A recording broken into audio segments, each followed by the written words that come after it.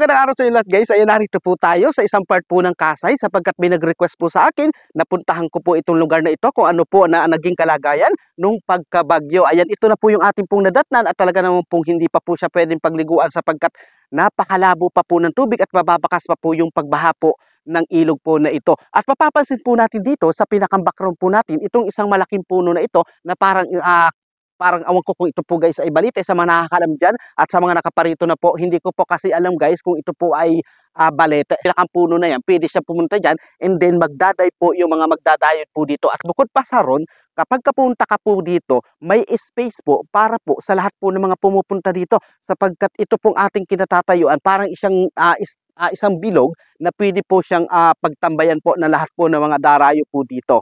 At para naman po guys maging sulit po yung pagpunta po natin dito, pupuntahan po natin yung isa pang part po dito, nakadugsong po nitong ilog po na ito, nasa bandang unahan lamang po yan. Kaya sundin po kayo, wag po ninyo akong iiwan hanggang suli.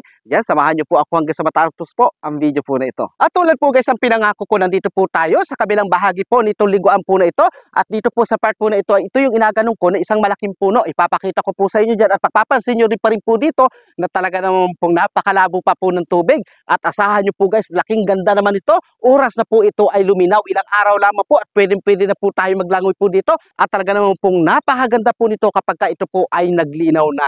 Ito yung ginagano ko guys na puno na kapag parang isang bagyo na lang po guys at talaga naman pong bibigay na po itong isang napakalaking puno na ito na talaga naman pong sayang sapagkat ito guys isa rin po sa nagpapaganda po dito sapagkat ito rin po ang isa sa nagpapalamig sa part po na ito. Ayan guys, kung mapapansin nyo yung puno, talaga naman pong patumba na at yung pinakang ugat po niya ay nagsipag-ulputan niya, napapansin nyo guys. At dito naman po guys, sa kabila po na ito, matatagpuan po natin yung pinakang tulay papunta naman po sa part po ng Kasay. Ayan guys, sa pamamagitan po ng video po na ito ay ako po ay pansamantalang magpapaalam na magbabalik po tayo kinabukasan. Sana po ay okay lang po kayo, nakapag-follow and react na po kayo. Maraming salamat po and God bless you all.